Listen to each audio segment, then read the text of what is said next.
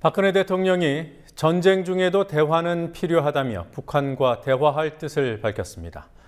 정부는 대북 전단 살포를 막는 방법을 이야기하기 시작했습니다. 그러나 대표적인 친박근혜 인사인 이완구 원내대표는 남북 국회회담을 추진하겠다는 국회의장의 구상에 대해 혼자 불쑥하겠다고 하면 안 된다며 노골적으로 불만을 드러냈습니다.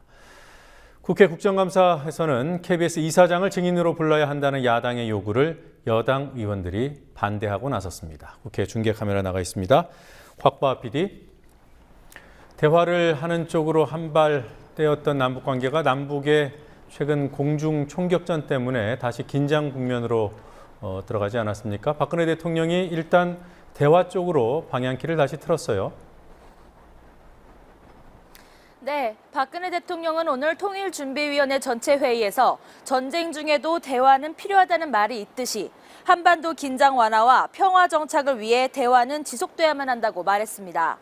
박 대통령은 천안함 사건 이후 남북의 교류 협력을 전면 중단시켰던 오이사 조치에 대해서도 취임 후 최초로 언급했습니다. 이 부분 잠시 들어보시겠습니다.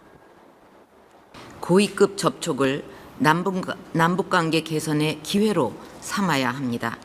지금 핫 이슈인 오이사 문제 등도 남북한 당국이 만나서 책임 있는 자세로 진정성 있는 대화를 나눠 풀어가야 합니다. 이에 따라서 이달 말이나 다음 달 초에 열기로 한 남북 고위급 접촉에서 남북 관계의 최대 장애물인 오이사 조치 해제 문제가 논의될 가능성도 있어 보입니다. 북한 경비정이 NLL을 넘어왔던 일이나 대북전단 살포에 대한 북한의 총격 등이 있었지만 대통령이 대화를 강조한 건 북한이 대화 분위기를 깨려고 그런 행동을 한 건 아니라는 판단이 있기 때문인 것으로 풀이됩니다. 새정치민주연합 유기용 수석 대변인은 오이사 조치의 대화로 풀자고 구체적으로 언급한 것에 대해 진일보했다고 평가한다면서 오이사 조치 해제를 검토하고 선제적 결단을 내리는 단계까지 이어져야 할 것이라고 말했습니다. 그리고 통일부는 대북 전단 살포를 제한할 수도 있다는 뜻을 내비쳤습니다. 이 말을 뒤집어서 보면 그동안에도 제한할 방법이 있었다는 그런 뜻 아닌가요? 그렇습니다. 제한할 방법이 있기도 하고 실제로 이명박 정부 시절인 재작년 10월에 경찰이 대북전단 살포를 불허하고 임진각 진입로를 전면 통제한 전례도 있었습니다.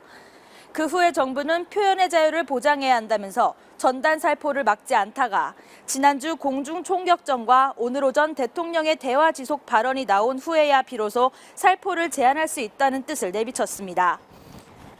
임병철 통일부 대변인은 오늘 과거 경찰이 전단 살포 단체에 해당 지역 출입을 자제시키거나 우리 정부 인원이 해당 단체를 설득해 귀가시키는 안전 조치를 취한 적이 있어 앞으로 필요할 때 그런 조치가 취해질 수 있다고 말했습니다.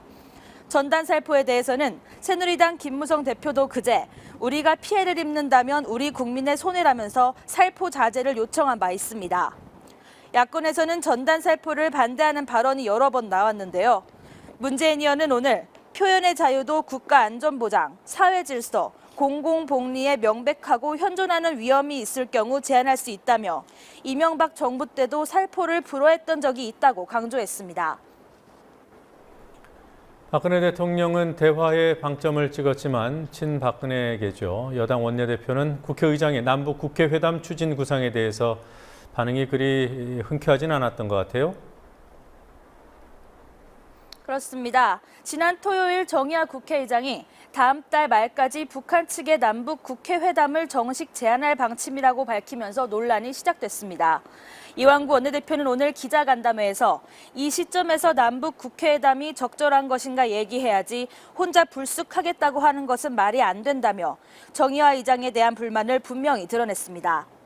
정의화 의장은 과거 대북지원단체인 우리민족 서로돕기 운동 공동대표와 남북의료협력재단 이사장을 지내는 등 대북 문제에서만큼은 새누리당의 일반적인 입장과 다른 태도를 보여왔습니다. 그런 정 의장이 앞으로 정부에 부담이 되는 대북 행보를 할 수 있다는 경계심이 오늘 이완구 원내대표가 떨떠름한 반응을 보인 이유로 풀이됩니다. 그러나 이 원내대표의 태도는 북한과의 대화 지속을 강조한 대통령의 오전 발언과는 맞지 않는 것이어서 북한이 보기에 남측이 정말로 대화를 하려고 하는가 혼동을 주고 있다는 비판도 나옵니다. 정홍원 국무총리가 오늘 민주연합 문희상 비대위원장하고 우윤근 원내대표를 만났죠. 제1야당 새 지도부를 만난 총리, 어떤 얘기를 했습니까? 네, 총리와 민주연합 새 지도부가 처음 만나는 자리여서 분위기는 화기애애했지만 서로가 바라는 점이 다르다는 점은 확실히 했습니다. 정홍원 총리는 정부조직법 개정안과 내년도 정부 예산안의 통과를 당부했습니다. 반면 문희상 비대위원장은 대북 전단 살포에 대한 정부의 조치가 필요하다고 강조했고 우윤근 원내대표는 사이버 공간 감시 등 현안에 대한 우려를 전했습니다. 정홍원 총리와 우윤근 원내대표의 대화 직접 들어보시겠습니다. 그냥 대통령 한 말씀 하시니까 국무가 그냥 따라서 하는 것, 저는 이거는 좀 대통령의 말씀이 있다 하더라도 좀 신중하게 그걸 받아서 했으면 하는 게 이제 야당의 바람이고 또 상당한 특히 젊은 층들 굉장히 사이버 망명을 많이 하고 있지 않습니까? 그 정도 우려가 돼서 SNS상의 문제는 그동안에 이런 동해성, 영해성이라든지 이런 개인의 법익을 침해하는 이런 문제들이 많이 얘기가 되어오던 중에 이제 이번에 법무부에서 그런 얘기가 나온 것인데, 이건 뭐 개인의 표현의 자유라든지 이런 자유를 침해할 의도는 전혀 없고 또 그렇게 해서도 안 될 일이라고 생각을 합니다. 우리에 대해서는 깊이 유의를 해서 다시 한번 처리하도록 그렇게. 네, 국정감사 소식 알아보죠. 증인 채택 문제가 아직도 소란스럽습니다. 국민들의 수신료로 운영되는 KBS, 그곳 이사장을 증인으로 부르는 것에 대해서도 여당이 반대를 하고 있습니까? 네, 그렇습니다. 친일파 청사는 소련 지령에 의한 것이라고 말하는 등 뉴라이트적인 역사관으로 논란을 일으킨 이인호 KBS 이사장을 미래창조과학방송통신이 미방위에 불러야 한다는 야당의 요구를 여당이 관례가 아니라는 이유로 반대하고 나섰습니다. 전병헌 민주연합위원은 KBS 이사장이 국감 증인으로 출석한 과거 사례를 내놨지만 새누리당 소속의 홍문종 미방위 위원장은 KBS 이사장이 국감 증인으로 나온 것은 한 번밖에 없어서 관례가 아니라고 주장했습니다. 교문위 국감에서는 김무성 새누리당 대표의 딸을 특혜 채용했다는 의혹과 관련해 이인수 수원대 총장을 증인으로 세우는 문제가 여전히 논란입니다. 새누리당 의원들은 재판을 받고 있는 이 총장을 증인으로 채택할 수 없다는 논리를 계속 밀어붙이고 있습니다. 그러자 안민석 민주연합 의원은 재판이 진행 중인 김문기 상지대 총장은 증인으로 채택하기로 해놓고 이인수 총장은 재판 때문에 안 된다는 건 형평성에 맞지 않다고 반박했습니다. 이인수 총장은 지난 5일 미국으로 출국해 국감 도피를 위한 출국이냐 아니냐는 의심을 사고 있습니다.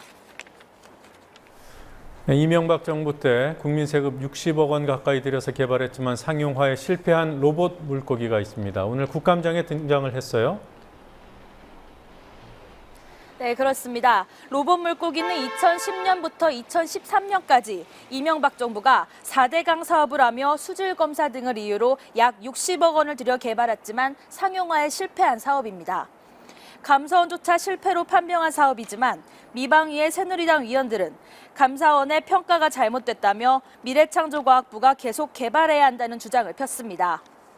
국감장에 금색 로봇 물고기를 직접 가지고 나온 새누리당의 배덕광 의원은 최양희 미래창조과학부 장관에게 60억 원이 사장되지 않고 창조경제에 이바지할 수 있도록 의지를 가져달라고 주문했습니다.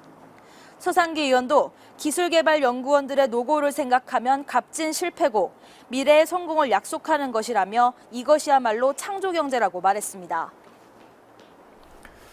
네, 보건복지위 국정감사에서는 의료계가 반대하는 원격 진료 사업에 담뱃값에서 나오는 돈을 쓴다는 사실이 드러났습니다. 네, 보건복지 소속 민주연합 김용익 의원은 담뱃값 인상을 추진 중인 정부가 담뱃값에서 걷는 국민건강증진기금 가운데 10억여 원을 빼내 내년부터 시행되는 원격 의료 사업에 쓰려고 하고 있다고 밝혔습니다. 김 의원이 보건복지부에서 제출받은 예산안 설명 자료를 보면 복지부는 내년 원격의료 제도와 기반구축 사업 예산으로 건강증진기금에서 빼낸 9억 9천만 원을 새롭게 편성했습니다. 김 의원은 담뱃값을 올린 돈으로 원격 의료를 추진하겠다는 생각이 정말 황당하다며 건강증진기금을 목적 외에 사용하는 것을 바로잡으라고 촉구했습니다. 지금까지 국회에서 국민TV 뉴스 곽보아입니다.